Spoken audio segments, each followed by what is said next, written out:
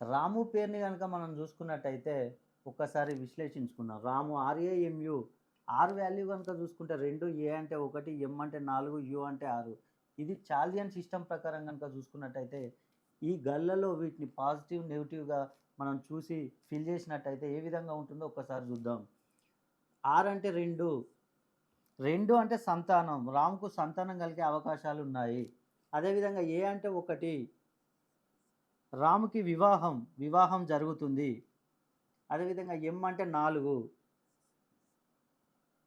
రుణ బాధలు తక్కువగా ఉండే అవకాశాలున్నాయి. అదేవిధంగా యు అంటే 6,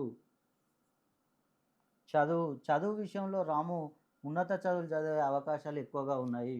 ఇప్పుడు ఈ బాక్స్‌లలో గనుక మనం ఫిల్ అయినయి గనుక చూసుకుంటే 1, 2, 4, 6 ఫిల్ కానివి చూసుకుంటే 3, 3 రిలేషన్‌షిప్‌లో వీరికి కొన్ని మైనస్‌లున్నాయి. అందరితో బాగానే ఉంటారు.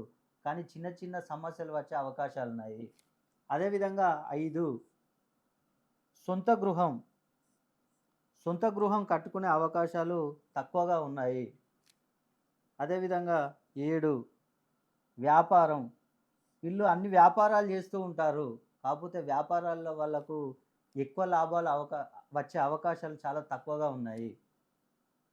8, అనారోగ్యం. ఆరోగ్య విషయంలో వీరికి కొన్ని తలెత్తే ప్రమాదం ఉంది. అదేవిధంగా 9 విదేశీ ప్రయాణాలు వీరికి అంత ఈజీగా ఉండవు. అదేవిధంగా రాముకు శత్రువులు కూడా ఎక్కువనే ఉంటారు.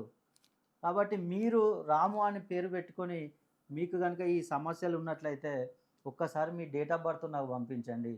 మీ పేరులో సంఖ్యాబలాన్ని పెంచి ఈ సమస్యలు మొత్తం తీరిపోయేటట్టు చేస్తాను.